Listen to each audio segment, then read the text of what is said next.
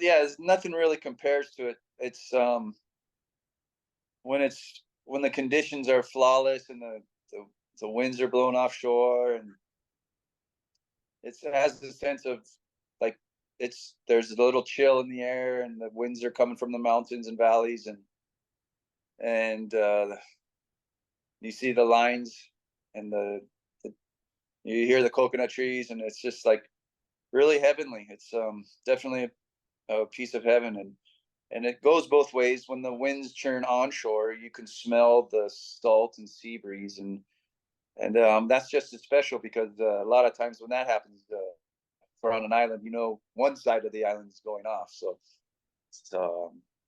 it's yeah, nothing can compare, and it's the feeling I've always looked forward to, just getting out in the water and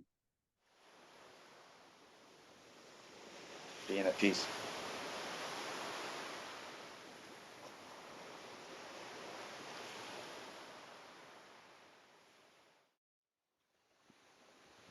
You're unmuted. I hear you. Do you hear me? Yeah, loud and clear. Oh, epic, man. Epic. I can't thank you enough for joining us. Yeah, the pleasure's all mine. Thanks for thinking of me. Yeah, bro. You want to get right to it? Yeah, no problem. Whatever. All right, yeah. Let I'm me glad let me yeah, dude. Real quick, like I'm trading my boy Rob Brown. You know Rob Brown, Volcom surfer. Oh, of course. Yeah, dude. I Yeah, look up to Bob greatly. oh, he's the man. I'm training with him for the Molokai. He's doing Molokai, and I'm gonna jump in and give him the water bottle. So we're working together. And I was talking to him, and I was like, I'm interviewing Gavin here in a few minutes, and he's like, dude, his head blew up. So he's big ups from Rob Brown. Yeah, he's a man. I've looked up to him a lot. That's Always epic. been a good friend. Yeah. All right, let me start this intro, then we'll get to it. Okay. All right. Welcome to Speaking from Water, episode 46. Now, this evening, it's a very special episode. Anyone who was a surfer or comes from the 90s, 2000s, there's an idol that we all have. And he's with us here tonight. His style's iconic. You view him as who you would want to be on the beach. And I'm here with no other than Gavin Beschen from the North Shore of Oahu. Thank you so much for joining us. Yeah, likewise. It's good to be here. Thanks for having me. Gavin, thank you for coming in. So, how's your day going? How's the North Shore today? It's big and stormy. We have weather like early season cold weather in March. It's really beautiful, but it's awkward. But it made it easier during the workday. Nice and cold. Epic. So, you've had a really good winter. Can you tell us about the winter so far, 2024? Um, yeah, it's been really busy working and trying to fit in surfing when I can, and yeah, and then just like everyone, just shuffling and trying to make the ends meet and just give everything I got when I get my children every once in a while. So it's that's pretty much my main priority, and then working to stay afloat, and definitely surfing for whenever I get a chance, no matter what the waves are like. So Well, I know I've been following you on the Instagram, and you're still surfing better than ever. And everyone knows your style. It's iconic, like I said. And I'd like to kind of go back to the beginnings. San Clemente, when you were a young kid, what was that like? And when did you really feel the power of the ocean and the joy that it gives you? I was very blessed. My dad was a surfer. I mean, so for him to pass that on to me was like the ultimate blessing, for him to express and let me know that like I'll always have a friend in the water, you know, with myself, and just being at peace in doing something like surfing really helped me. It's taken me um everywhere I ever wanted to be in life, and yeah, not only my dad and my brother, but everyone who was from there and their friends, and it was just a really amazing um melting pot of talents from not only surfers but musicians, artists, skateboarders, and I mean there was guys who did it all, and everywhere everyone was always pushing each other in whatever field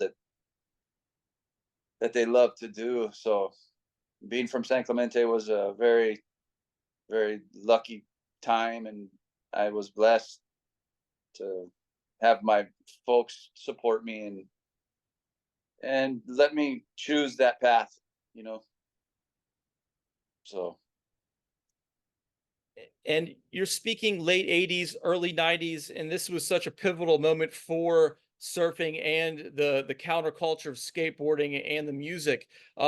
Just generally, can you dial a little bit more down to what the the zeitgeist, the culture was at that time, and who were the people that really influenced you in your young years, I guess, in that culture? oh man, the list of San Clemente locals is a long one. Pretty much everyone since I was in diapers was helping me. Oh man, just look over me and really help push me, and pretty much everyone that was from there from that time frame was a very important aspect of um, who I am to this day, and I still use that and do my best to carry that with me, and just be grateful for that time, and to be amongst it all. So Yeah, and you're known for your style, your just way of being. Was there someone then who was the seed that you were like, man, that's the guy who I want to be like? And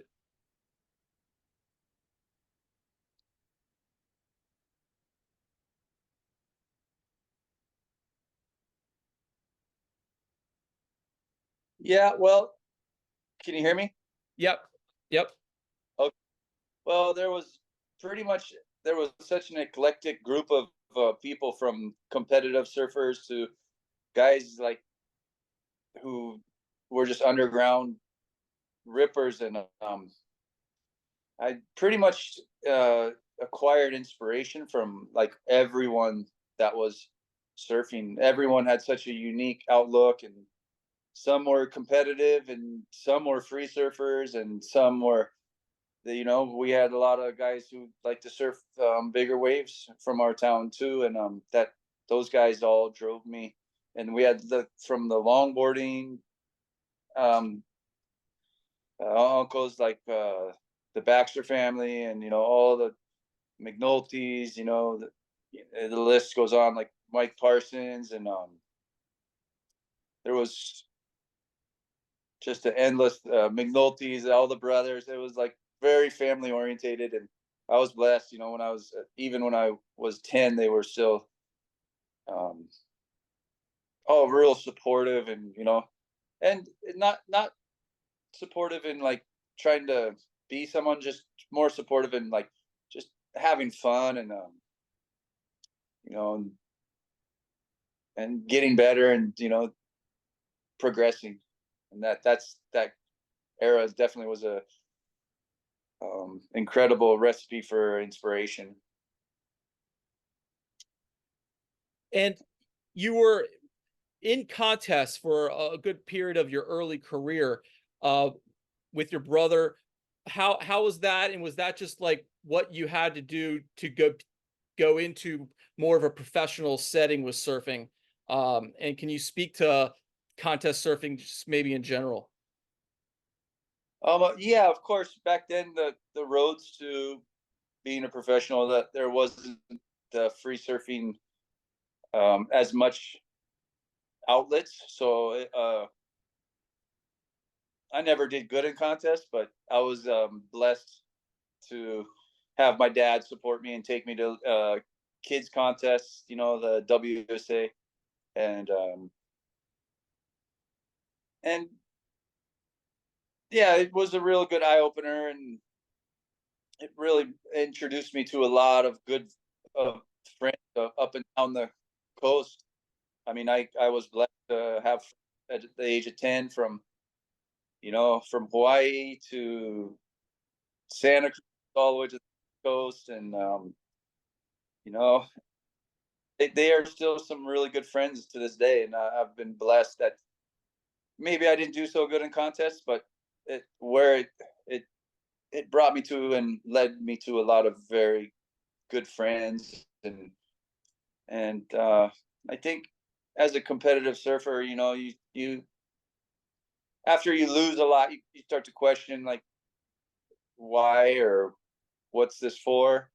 But when it all comes down to the end of the day, it's like sitting with your friends and expressing that how much fun surfing is, and and that camaraderie and the tribal union of everyone is that's just more important.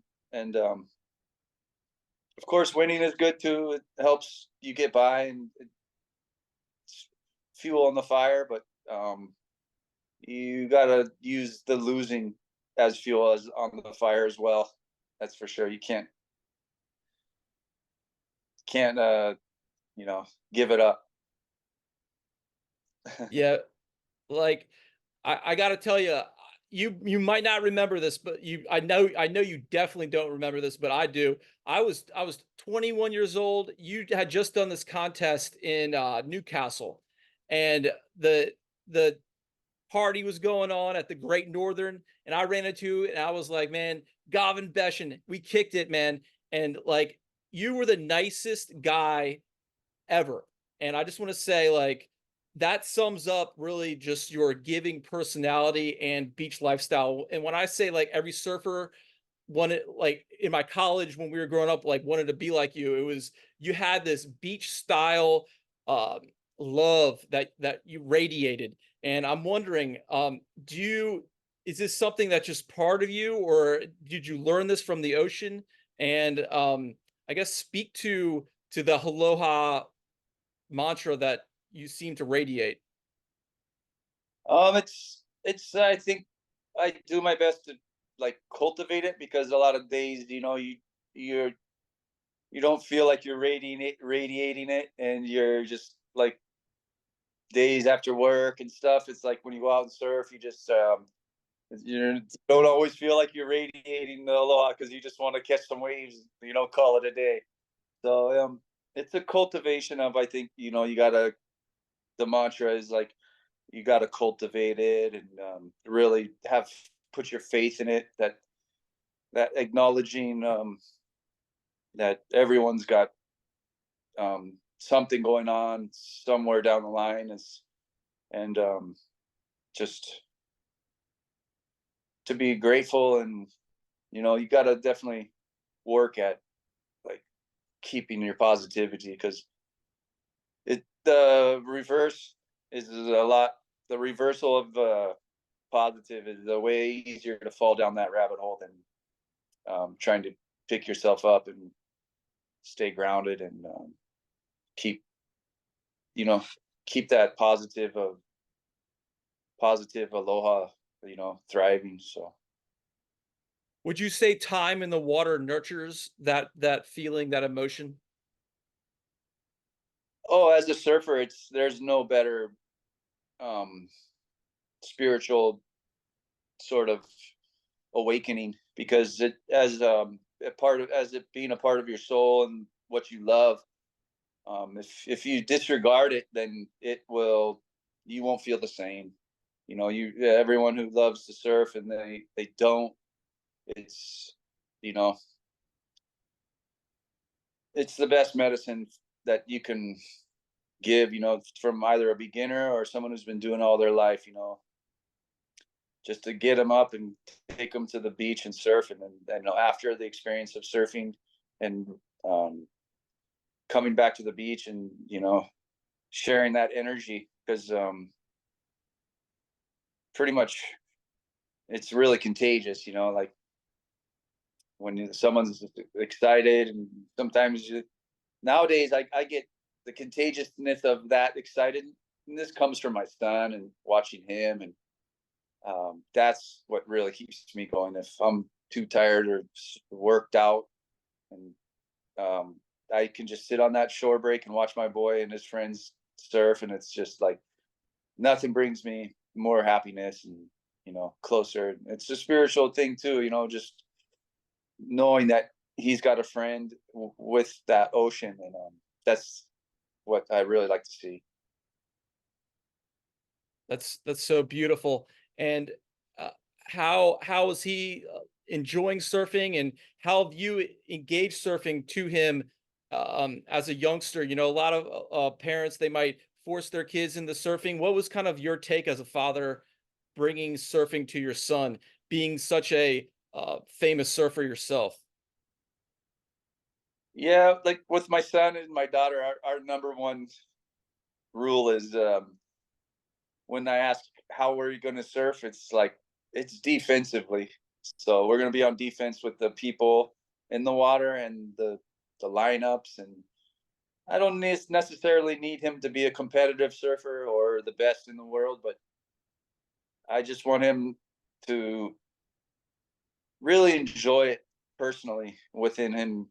And yeah, and that's a tough one because I really want to see him, you know, improve. And but at the same time, we got to wave the white flag and just let them cultivate that excitement. And I think the spark of being with friends is the number one key, because without that, it's just not the same. If you're alone and you're surfing and there's nobody around for a month, and you see someone that you don't even know who that person is, and you're just running down the beach, hey, that's my friend, let's go surf. And that's what I learned from my son. He sees a kid a mile away, and that's my friend. And I'm like, how do you know? He's like, he's just playing in the water. And okay, go get him. So he's really helped guiding me too, as much as like looking up to the elders. I really look up to the youth. Yeah, going back to your roots and your family, I heard a story that you told about your dad and how he would put you guys, you and your brother Shane, on the beach, and he'd go surf. And I'm like thinking, is that a way of just, you guys like wanted it because you weren't even, it didn't sound like you're being you know forced to it. You're being shown it, and that might have been a great development. What are your thoughts on how you were raised by your dad and in the ocean there? Yeah, definitely in the beginning, we were raised just on the shores and shore break, boogie boarding, and we learned standing up on the boogie board before, we got to get a surfboard. And yeah, our dad he loved surfing, but he sacrificed it all to be, he worked building houses as a general construction contractor. So we also had a taste of what it was like to be had to work with him. So he showed us the other side of reality at a young age, of taking us to work with him and having to pull nails or do labor. And it it really made us want to get better and progress. And it really gave us an appreciation for the times when we did get to surf. And and he really instilled that sense of respect. And and I feel that's where a lot of I've been blessed with, having that as a kid growing up, having that, not just surf, surf, surf, but oh man, my dad coming in and saying, okay, you want to surf, we're gonna have to work, and it really opens your eyes as a kid to like the reality of how bad do I want it, so I was blessed as that as well. So he taught me how to work when I was young, and now it's paying off because that's what I'm doing now. I'm like full circle, back doing this labor. So it's good. Well, you came of age in a time of surfing history that was so uh the magazines were popping off, the brands had money, and you come out to the North Shore. What year was it? 1994, 1996? Yeah, around 94, I probably started riding for Volcom in the beginning of 94, and by then I was definitely, my heart and home was in Hawaii, so everything I loved and where I wanted to excel in was here, and And definitely time for me to just move on out of San Clemente. And even though I had such good friends and family, and we had a really good time, my time was, for me it was, Hawaii was my home, and so that's what I focused on from then on out. can you tell us about that first trip to Oahu when you landed, you got off the plane, you smelled the air that you've never smelled before, you drive over the hill to the North Shore. Can you give us what that was like from Gavin Beschen's perspective? um my uncle lived over here since I was a little kid, so I think even in elementary school when I'd visit him, he lived in Hawaii Kai. We would just body surf and boogie board, and my godfather lived in Kauai, and I mean, I think that's what really, even before I was surfing, I was deeply in love with, the water and the way of life and the people, and the music, the food, just the land, it was really like engraved in me, at that point. And by the time I was 10, and just pretty much surfing and starting in the contest scene, um, I was definitely hooked. My first year here, surfing big waves, I turned 15, and yeah, I surfed some like big pipeline and big sunset, and all the other waves, and I just knew that's where I wanted to be and where I wanted to excel.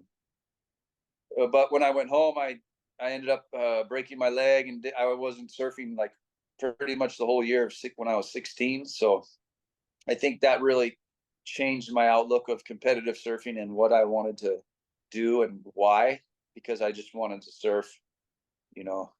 So it really fueled my fire for, chase that dream, and been living my dream as best as I can, since then. And you really have. The I would like to know from you, when you first got to the North Shore at 15, before you got injured, and you're surfing Sunset, you're surfing Pipeline. What were those sessions like? You're a young guy. How Hawaii is so heavy. You got, the guys with more weight kind of handle it, and I imagine you are you're on the lighter side probably at 15 years old. How were those sessions? Did you get pounded? Were you pinning them like you did later in your life? Like how was it? Yeah, I mean, when you go from California to big second reef sunset, and get caught inside, and yeah, it definitely changes your perspective on things. And the crowds were extremely, a whole nother level back then too. So um yeah, I still won't forget some of the first waves I caught from Backdoor and Pipeline and Big Sunset. I mean, I'm pretty sure like I was lucky also to have uncles that were friends of the San Clemente family, and they pretty much helped cheer me um, on the side where I would sit. So to have that support of someone who is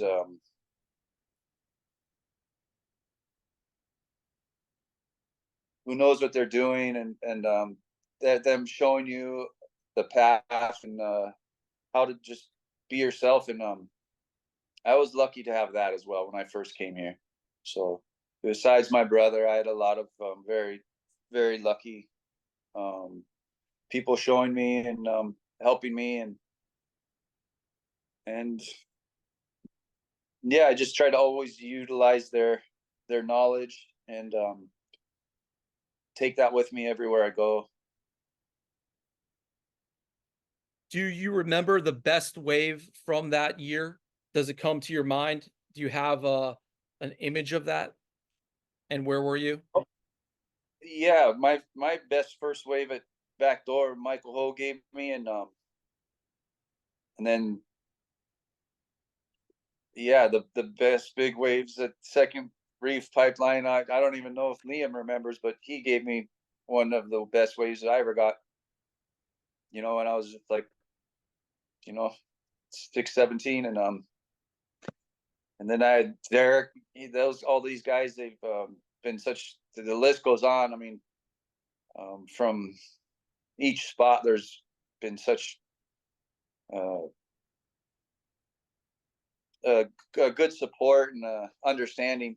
Back then, it wasn't like you can go and just make like you can surf any spot of the reef. So you really had to watch your step, and there was an extreme level of respect. And nowadays, it's a lot more free for all. And even though the kids are just a whole nother level of, but yeah, I distinctly remember the waves that were passed on and the lessons that I was taught, both good and bad, from not listening and then to really buckling down and, bowing down and listening and take your lickings. And, you gotta, some uncles like, they say you got to get through the white water to, get to the blue waters. And that really has a lot to do with not just surfing, but in life. You got to really put in your time and uh, through all the ups and downs. Then eventually you'll get a good wave, but you can't just expect it. So You mentioned Derek Donor. Did in your list of great people there? Can you comment? Derek is a great friend of mine. He's been on the show before. I've been out there numerous times, and he's always just showed me great love. He's battling cancer, as we know. Can you say anything about Derek from your history? oh man, as a kid and looking up to uncles of that level, and that not only level of surfing and but that level of aloha that he shared, and has always treated me the same. Even to this day, I surf with him, and he is just one of the most inspiring, realist humans I could ever been blessed with. You know, from him to Michael and Derek and the list goes on. I mean, it's just been those guys have very much influenced me, and just doing our best to maintain that spirit of aloha and love for surfing and the next generation, and respect for the elders. Yeah, he is, and he does it very seriously, but with the ultimate sense of humor. So it's like it makes you want to take from that and utilize it and put it into your everyday existence. Yeah, we love Derek here. He's a Wrightsville Beach boy. Actually, he went from Wrightsville Beach to lifeguarding at Waimea with Eddie, and I think that's such a crazy dynamic, you know. And respect, Derek. Love you. So, uh, the North Shore for me has always just been this magical place, and I know it is for you too.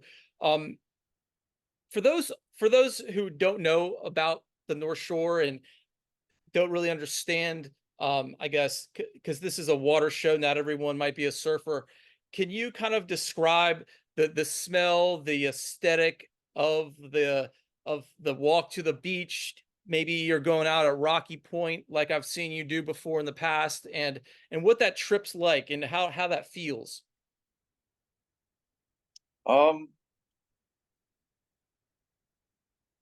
that yeah, nothing really compares to it. It's when the conditions are flawless and the winds are blowing offshore, and it has a sense of like there's a little chill in the air, and the winds are coming from the mountains and valleys, and you see the lines and the you hear the coconut trees, and it's just like really heavenly. It's definitely a piece of heaven, and it goes both ways. When the winds churn onshore, you can smell the salt and sea breeze, and that's just as special because a lot of times when that happens, if we're on an island, one side of the island is going off. So it's yeah, nothing can compare, and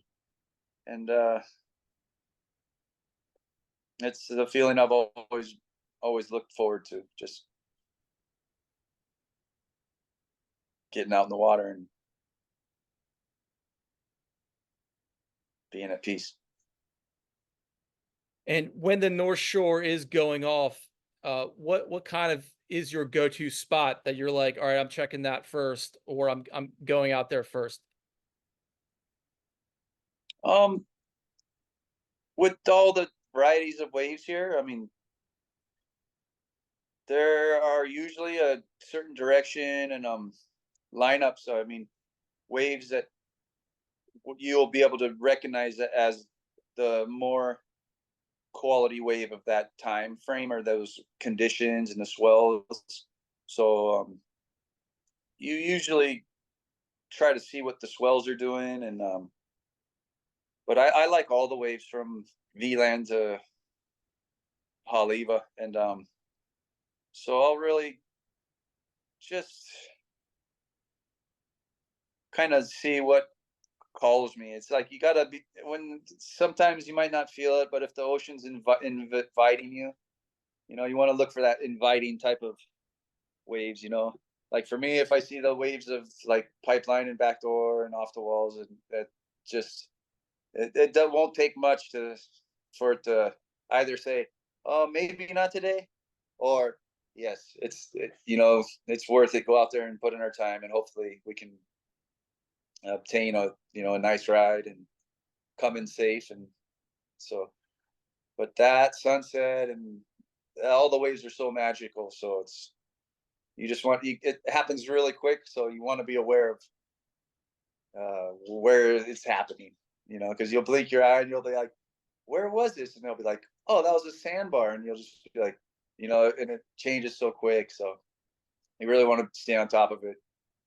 So when you're working and you work all day, then it doesn't matter. When you get done and the waves look even somewhat inviting, you're just like running towards it just to rinse the day off. So yeah, now I mean, it could be however size, and it could be 1 foot, and I'm taking my 10, 11 footer out, just a longboard, and get in the water, or it could be 10 foot, and I'm taking my 8-0, so it's just having that equipment that really makes you want to get out there, so I love all the waves. And you speak of equipment, all the footage I've always watched of you, you're very on the face of it, you have the classic thruster going on. Is that your favorite kind of setup, or do you have others? Nope, I'm pretty much just a traditional thruster guy. I have a I have a Chris Flickemeyer longboard. It's a single fin, so that keeps me like gliding when the waves are flat. I love- and then I've been riding Timmy Patterson since I was 17 too. So um, yeah, I definitely don't need to look more further than that. And your style is so iconic. Can you speak to your style and then just style in general? And is style something that a person should just find themselves, or should they look to someone to emulate? And kind of what's your philosophy, I guess, if you were to tell your son or others out there listening? Oh yeah, I don't talk to my son about style. I just sort of let that evolve and uh, have them obtain it. You know, I think putting them with, like I said before, their friends, and you know, they'll really start to come into their styles as they grow.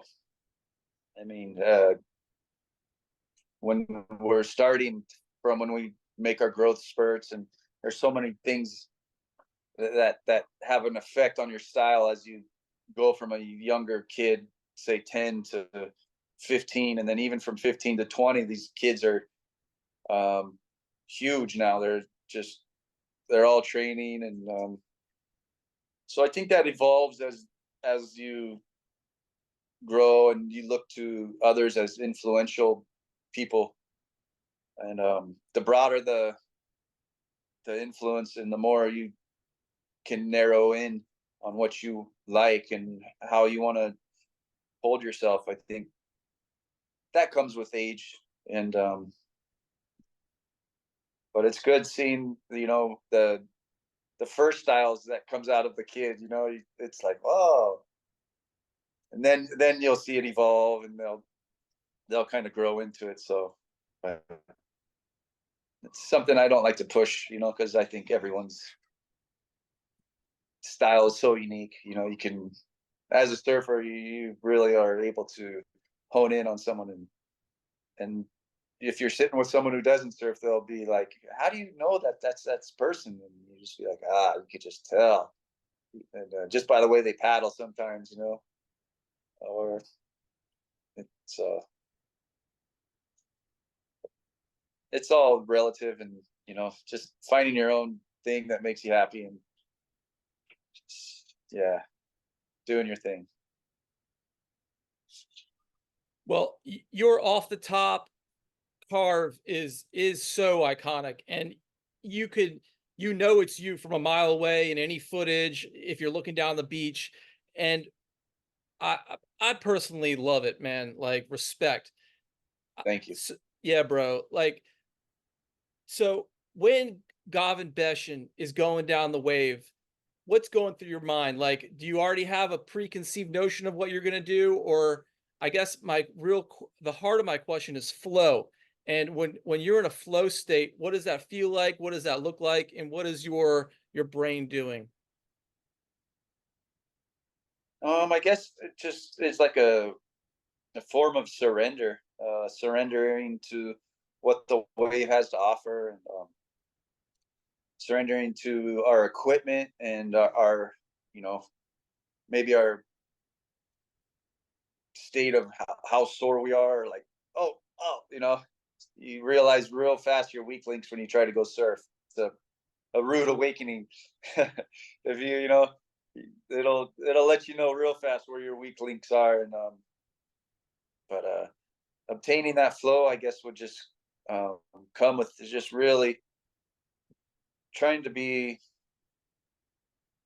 relaxed in that one, is, and just knowing where you are in the lineup, and how you want to address that wave is sort of up to the wave, and then if you know the wave or where it's like what it's doing, then it'll help you express yourself more freely, because then you'll have a little prior um, foreshadowing of, say, an open canvas. You know, you really want that open canvas to express yourself. So I think finding that moment in the wave to where it's just opens up, and then you got this brief moment. It doesn't last long, but you know, if you got that split second moment to where you can just be at one with the wave, either inside the tube or doing a cutback, or now it's just all like guys are just chucking huge airs, and I love seeing all the aspects. It's really good to see. I think now, just everyone. There's so many genres, and it's really good to see it getting back to culture. And you got all kinds, you know, guys who are excelling, and you know, the state of surfing and the extremism is just phenomenal. I mean, what people are doing in the, you know, the sports that, you know, from foiling to stand up paddling to, you know, it's just phenomenal. And how do you view, I guess, you've seen the whole arc of the surf industry. How do you view the surf industry today as someone who has been sponsored by Volcom and still is, and the activities, as you say, in the water are amazing and beautiful, but how do you view the business of surfing and the industry of it? Well, I think there's always highs and lows, and with the last few years that everyone took was a major low for our whole world. So I mean, everyone's just trying to shake off that epidemic of the COVID, and I think now that that's passed, and I think it's tough, you know, it's when you see it, and you just I think I have faith that it'll rebound, and even though before it was flourishing a lot more, I think that, you know, eventually I see so many good, incredible surfers without sponsors. I just sit and scratch my head and I say, how in the world is this kid, or not even a kid, this guy who surfs huge jaws, or you know what I mean? It's like, or is on the WCT, or you know, you just are like, you know, it makes you wonder sometimes, and you know, you definitely at my age, I just take what I can get, and I'm not in the negotiating position as a lot of the kids are, but it's just, you know, for me, Volcom has always been such a family orientated company that I've been blessed. A lot of the friends I've made from then my first days, I'm still just such best friends with. Uh, and I that to me is as important as anything. You know, I still have friends that this company has brought me to, and if you're part of that kind of union, I think it really helps as you grow, and really helps you want to get better and be a part of that that family style. Um,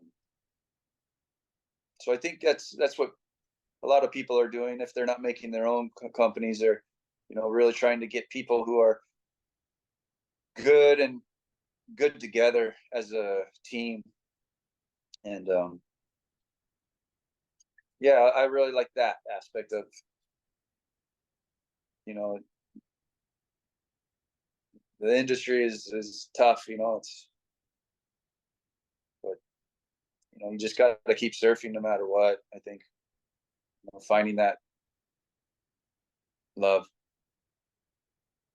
And you've been with Volcom for almost 30 years now. You really are the public face of them, from my perspective, at following surfing that long and through the magazine era and the videos.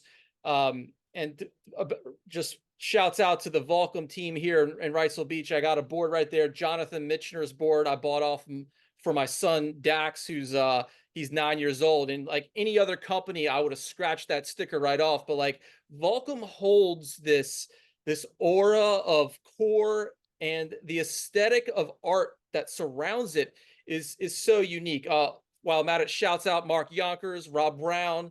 Um, so the the Volcom movies, particularly from the beginning till the new skateboarding ones, have a way about them. And you're surfing in those early movies and the movies in the 2000s that Volcom put out. I'm thinking like uh, there's a list of them, but can you speak to the aesthetic? Who developed that, and what kind of role did you play aside from your surfing? Because they are absolutely unique and art museum worthy. Oh, thanks.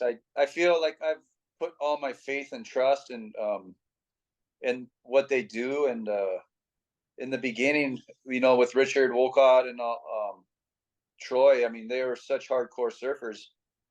I mean, their visions of it was I had complete faith in. And not only that, but like you said, the other family of the musicians and the friends I met with who played music. And I know Mincher and I know Rob Brown. Those guys are incredible skaters, and they're snowboarders. I've had the privilege of meeting some incredible guys, and I don't see them all the time, but I surely have been blessed to know them. And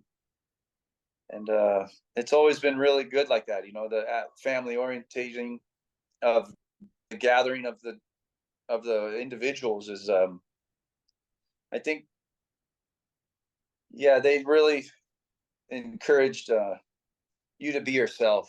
And I was lucky they let me to be myself. And from then they're creative genius guys, between Ryan Thomas and Troy and Richard, and you have Remy, and the list goes on. All the guys we're filming with. It's just they made it nothing but fun.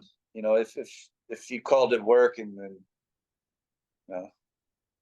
and that you were crazy, because we just all loved doing what we did so much. And I feel that's what they encouraged. And I think that really helped people grow. And it's hard to do sometimes, finding that encouragement to be yourself, when you're starting out. So Yeah, Rob Brown and Mark Yonkers. I went out to the North Shore 16 years in a row, and every single year, I'd only go out for a week or two, staying with Tim Shanley and Kathy Shanley down at Backyards. Shouts out to the Shanleys.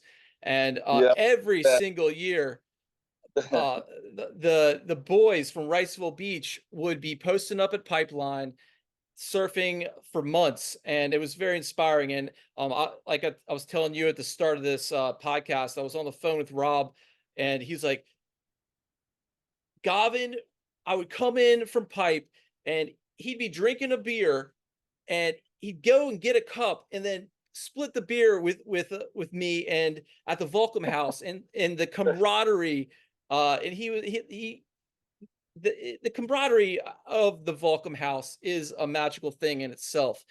Can you speak to how Volcom got beachfront property there at Pipeline, how they've just invited their crew, their team, and what that's meant to you guys over the years? Well, they came a long way from the beginning houses. And they definitely, once that time hit where they were able to capitalize on the place like Pipeline, I think it was a no brainer after the other houses they had. And old V-Land and the Backyards. And it didn't just happen. I mean, they had other houses, and they made small stepping stones to obtain this amazing, now just a ultimate area for gathering of the people who love to surf Pipeline. And the families of there's just endless people that it has encouraged. And now with the new era of these kids. You know, it's they're cemented into this um, beautiful thing that you know, the kids have this place they can come in from surfing and be safe. You know, and not only that, they're being looked out after. You know, not only by the lifeguards of the North Shore, but they're being looked out after all the friends and family of the house. So, and nothing beats that, you know, coming in from a session and then watching your best friend just get the best barrel. You know, he's getting half of your beer for after you're watching Rob get his barrel. You know, those guys are nothing short of incredible humans and surfers. So epic. And you live down the road, just a little skip down to Rocky Point. I had the honor of visiting that compound one time and to take some photos. You weren't there. I think Shane invited me in. Do you guys still have that spot? No, a lot's happened, but we had to get rid of it in 2016. But I'm just down the way at Sunset, and he's just up on the hill, just above it. So we haven't gone too far, but it was definitely an amazing 18 years at the spot. We took we were very lucky to have, you know, Jack and Trent Johnson's mom obtain us that land in '99. You know, we poured all our heart and soul into making it the dream land that it was, and so now new families live there, and they haven't changed a thing. So it's good to see that what you created is still standing, you know, standing strong. And are you still gardening? I don't have this land that I used to, but now I'm doing it for work. I do anything for work nowadays, but I find myself just, but yeah, I love still getting dirty, and it's, I I don't have the opportunities much, but it's definitely one of my things I love. And earlier you mentioned when we were talking about flow, the ocean telling you that, hey, maybe you're not as in shape as you thought you were. Over the years, what have you done to when you're on land to stay healthy, stay in shape, and what are you doing in these times? And you know, you're older now, but you're still surfing amazing. Can you give the listeners out there some words of wisdom as to how to maintain good physical health for surfing as you age? Oh wow, yeah. For me to keep surfing, I just need to keep applying myself in the water, and then not only in the water, but doing your best to. I don't lift weights. I don't like train or do anything like that, but I definitely do my best to stay flexible. And I think that is, overall is one of my main objectives is just keeping flexible and trying to, you know, breathe in the right air. You know, I don't want to be out in the water breathing in some pissed off guy's air, or you know, I want to, you know, breathe in the kid who's just got the biggest smiles air. You know, I want to absorb that kind of energy, and just being careful of that energy you absorb is, and your surroundings, I think, is what will help. You know, um, but yeah, keeping flexible and and positive, and just applying yourself, whether it's, you know, 1 foot wave or whatever these guys are doing at the 100 foot level now. It's like, but you see them all just never slowing down, always applying themselves, you know, from their daily day as a, you know, in one form or another, they're doing their best to, if they can't surf, maybe go skateboard or go for a walk, or, you know, trying to just keep moving and not giving up. And music has always been a big part of your life. You have those beautiful guitars behind you. I've seen you enjoyed your music on Instagram. Can you speak to your music and the music that inspires you? I guess through the cultural zeitgeist, thinking reggae, even maybe California rap growing up. Speak to music. Well, it's been my go-to on land for my getaway. When I put on my music, it's all genres from reggae, rap to classics to a lot of blues, even faster music. You know, starting out with Metallica and Slayer, and just evolving to like watching bands in Corona with my friends. You know, like bands of like Suffocation and faster, like metal bands, and I just really admire what it does, and it's just such a part of me that when I come home from work, if I don't surf, I just will get ground myself by playing guitar. And it's kind of like when you play guitar, hearing yourself speak. You know, you can really realize your weak links, and you're like, oh man, you know, do I sound like that, or you know? So, and yeah, it's a good mind getaway and meditation for me, just like you know it is for someone to sit down and stretch or do yoga.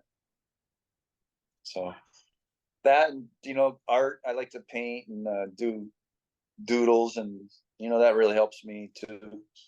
And just you know, just trying to keep that beginner's mind and like have fun. You know, not too serious, but When you're in the lineup before the waves come and you're waiting, are you thinking in music or are you thinking in word thoughts?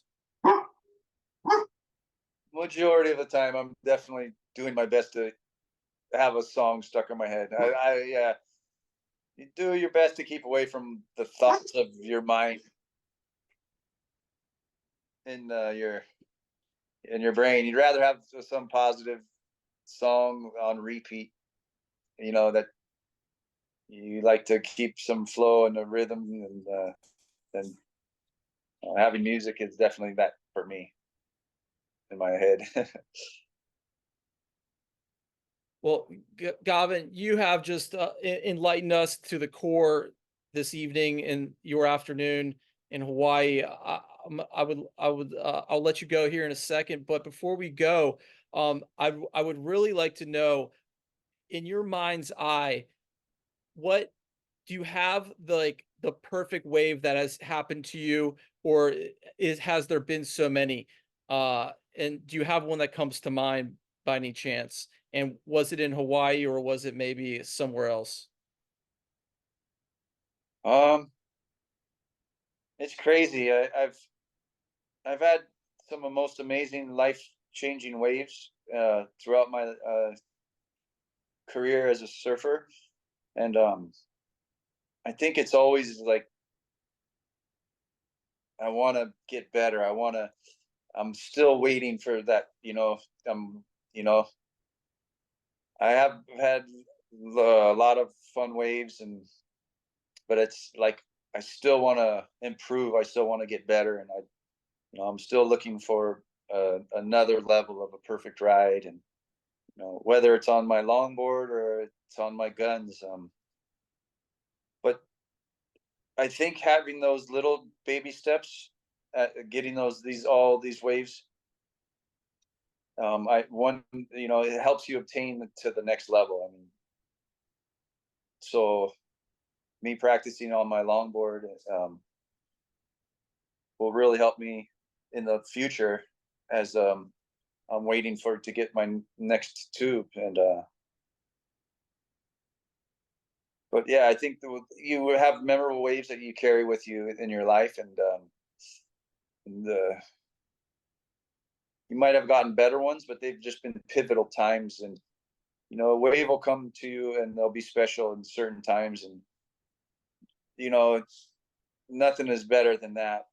And that's what you're always striving for, is just you know, looking for that ride that you can come in on and be be extremely content. And it doesn't happen every session, that's for sure, but you're always looking to keep getting better and looking for a bigger and better wave. And um, that definitely keeps me going for sure. And I think I just feel like always going to be searching for that next best wave, or best feeling. Well, some of the most iconic shots of you are super deep at pipeline backdoor. Can you describe for us what that deepness feels like, what the water looks like, and the emotion of the accomplishment of coming out of that? Yeah, I've I've had people, I've shared surfing and taught surfing with a handful of different beginners, and I've had them all paddle back up to me, and some have been guys who fly F-17s, and some people who have paddled canoe all their lives, and they've gotten 100-yard long right on the longboard, and they come back out with the biggest smile, and they just look at me and say, I think this can be called spiritual. And that's what it is. It's something that you're one with Mother Nature, and that's the boss. And when you surrender to her, and and she gives you a good ride, and you just, it's nothing feels more like a blessing from the universe than catching those waves we look for. And that's no better feeling than being one with nature. 100%. What advice do you have for the kids out there who are wanting to be the pro surfers of tomorrow in these times? um I would say, just like with advice for wanting to be a surfer, I would say, like, someone who would be asking you what to do with their money, and as a somebody, you want to diversify, and you want to diversify yourself. You don't want to just be stuck in one niche. You want to diversify yourself. You want to so you're good at surfing, well, then diversify yourself. Become, like, a lot of times I see guys become reps, and that's like their diversification, and the ability to adapt and evolve is, that is a really critical point.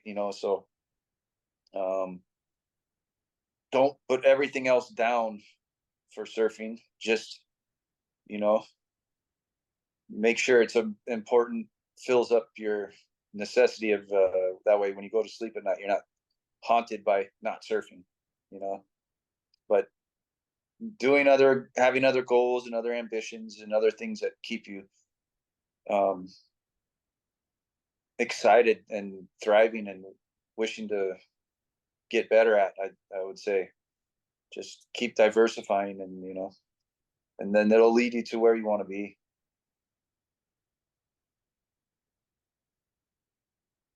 Incredible advice for all the kids out there. And last question for you before we go. Gavin, what is the meaning of life according to Gavin Beschen? Hmm. Well, I've read a lot about that, and I think it's pretty a simple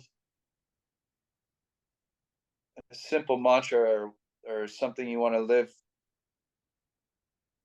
doing what you love and doing it with the people you love, and not giving up. And no matter where you're from, or what someone tells you, or just having faith in yourself, and then being your own best friend. We got a lot of friends, but the best friend is in your own heart and soul. So um, just never give up on yourself, no matter where you are, or what you have or what you don't have. Don't think about it. Just keep keep grinding and doing what you love, and don't let nobody take that away from you. incredible, timeless advice. Uh, Gavin, thank you so much for joining us this evening on Speaking from Water. Again, you are a legend to so many of us and have brought so many inspiration over the years. Thank you for having me very much. It was a pleasure. I wish all my love to all the family over there, and thank you. I'll tell them tomorrow you said so. I'll give them huge big ups from you. And guys, that was episode 46 of Speaking from Water. And what an epic episode it was. If you're still joining us, please smash up that like button. If you are on whatever you're on, YouTube, Spotify, Apple, um, that is the one way you can show your support for this channel. And with that said, I bid you a good night and a good day, good morning, whenever you're listening to this. Thank you so much. Thank you, Gavin, for joining us, and peace. Aloha. Mahalos. Mahalo, aloha. Gavin, thank you, my man. Like, You